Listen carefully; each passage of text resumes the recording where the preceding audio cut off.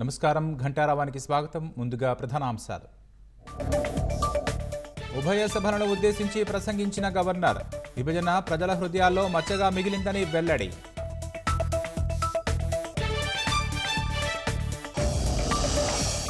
చంద్రబాబు హయాంలో రాష్ట్రానికి పెట్టుబడుల వరద, వైకాపా వచ్చాక అప్పుల ఓబీలోకి వెళ్లిందన్న గవర్నర్.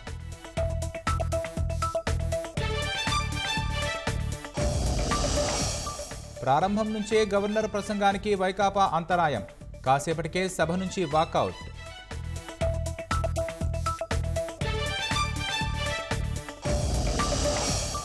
మదనపల్లె కలెక్టరేట్లో అగ్నికి ఆహుతైన కీలక దస్త్రాలు, అత్యవసర విచారణకు ఆదేశించిన సీఎం చంద్రబాబు.